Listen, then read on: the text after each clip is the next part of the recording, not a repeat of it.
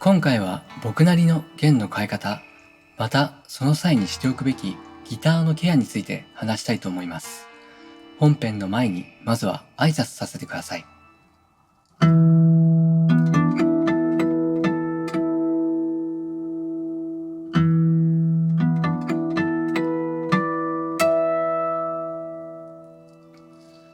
明けましておめでとうございます。Happy New Year everyone! 祝大家新年好。2020年もよろしくお願いいたします。元日に結婚の報告をさせていただきましたが、たくさんのお祝いの言葉をありがとうございました。改めて今年も制作活動を頑張っていきたいと思います。さて、今回は弦の変え方、ギターのケアについて話していきます。お年玉でギターを買った人もいるかもしれませんし、2020年から新しくギターを始める人もいるかもしれません。最初は弦を変えることは怖いですが、自分でやれるようにならないといけません。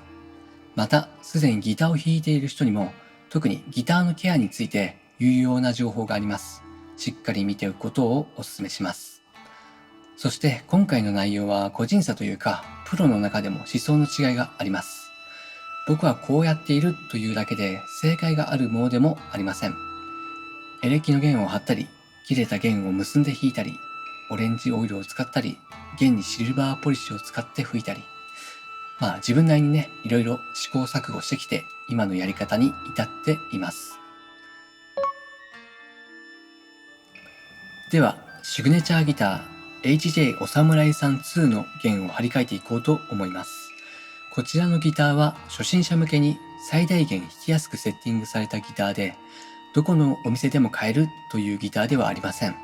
もしこれからギターを始めようと思っている人は、検索してぜひこのギターも弾いて、他のギターと比べて、自分のギターを選んでもらいたいと思います。コンディションの良くないギターから始めて、挫折しないように気をつけてください。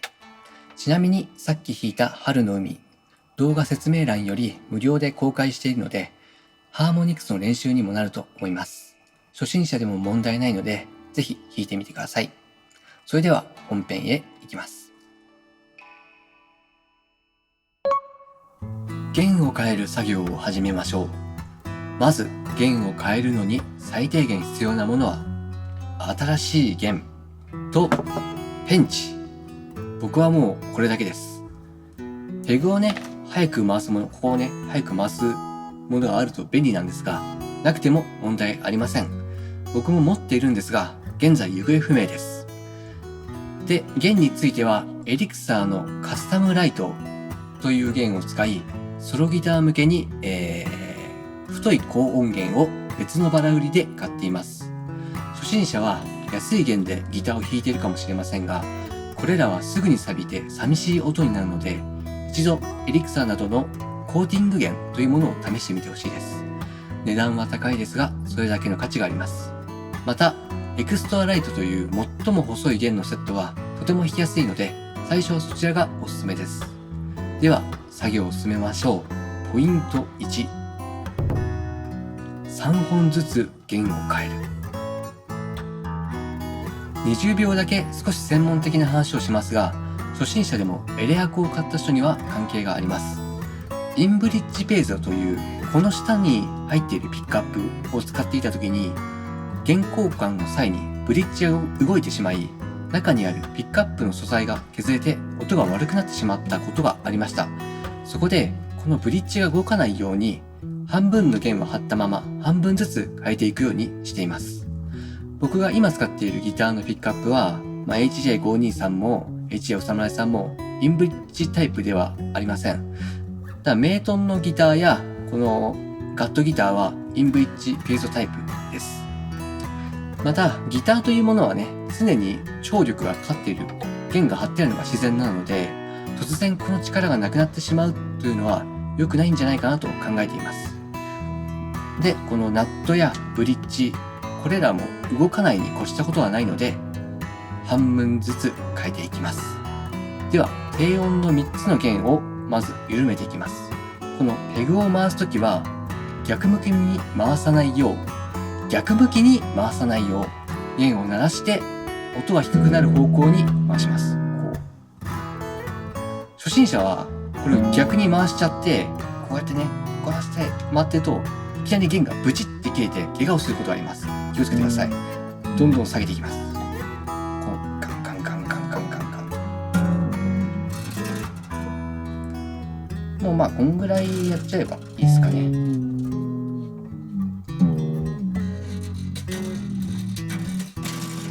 もうこんぐらいやれば大丈夫です。で、ある程度3つの弦を緩めたら、ポイント2、ペンチで弦を切ります。まあ、こんぐらいですかね。こうやったら、こういう風に、下から手でサポートすることができます。指板を傷つけないように、これ切った瞬間に弦がね、バンって動いちゃうかもしれないので、下から手でサポートしながら切ります。この3つを。じゃあいきますよ。プチ。はい。ちょっと思った以上にばらけちゃいましたけど。まあもうちょっとね、手を押さえていれば大丈夫なんですけどね。で、弦を外していきます。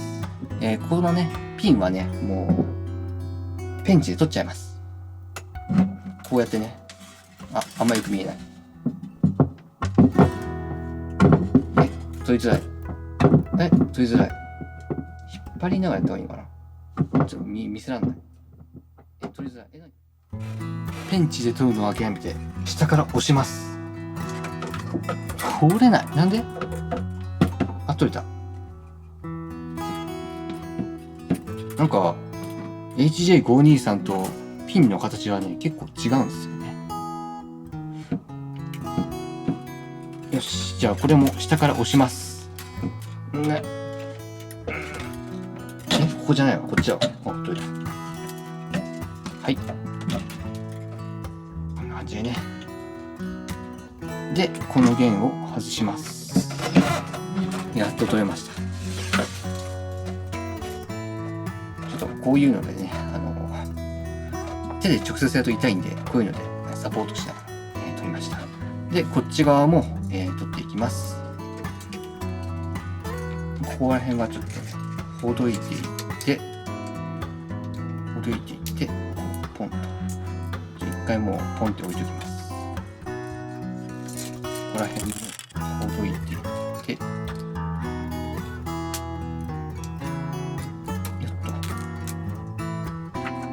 で、こっちもいきます。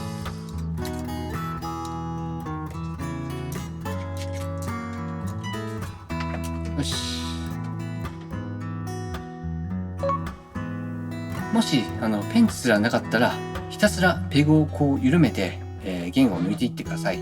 時間はかかりますが、手動でも弦を外せます。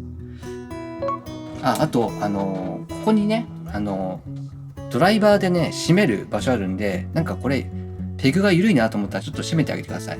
これ、知らない人いると思うんで、やっておいた方がいいと思いますよ。あんまりゆるゆるだったらね。まあ、いつもやるべきことではありません。じゃあ、ギターケアの話いきます。ギターケアでポイント3。オイルやポリッシュを使うべきか、どこまで磨くか。ある程度大きい気になる汚れは僕もきれいにしていますが、ポリッシュや研磨剤などで磨くことはしていません。あるものを使って拭いてあげるだけにしています。汚れが音に影響するかというと、基本的に影響しないと感じています。弦にこびりついた汚れやサビ、これらは大きく音に影響がありますが、ボディ、指板の汚れはそこまで気にしなくて大丈夫です。お手入れに時間をかけるよりも、たくさんギターを弾いてあげた方がギターも喜ぶんじゃないでしょうか。それでは、あるものとは何か。ある時、お世話になっているギターメンテナンスの職人さんにギターを預けた際に、指板が痩せていますよと指摘をいただきました。僕は楽器屋さんで売っている有名なハワードのオレンジオイルを使っていたのですが、こちらはそもそも木材全般向けでギター用のものではなく、米国向けに発売されているラベルにはギターについての記述が一切ないそうです。この日本語のラベルには書いてあります。ギター、指板とかね。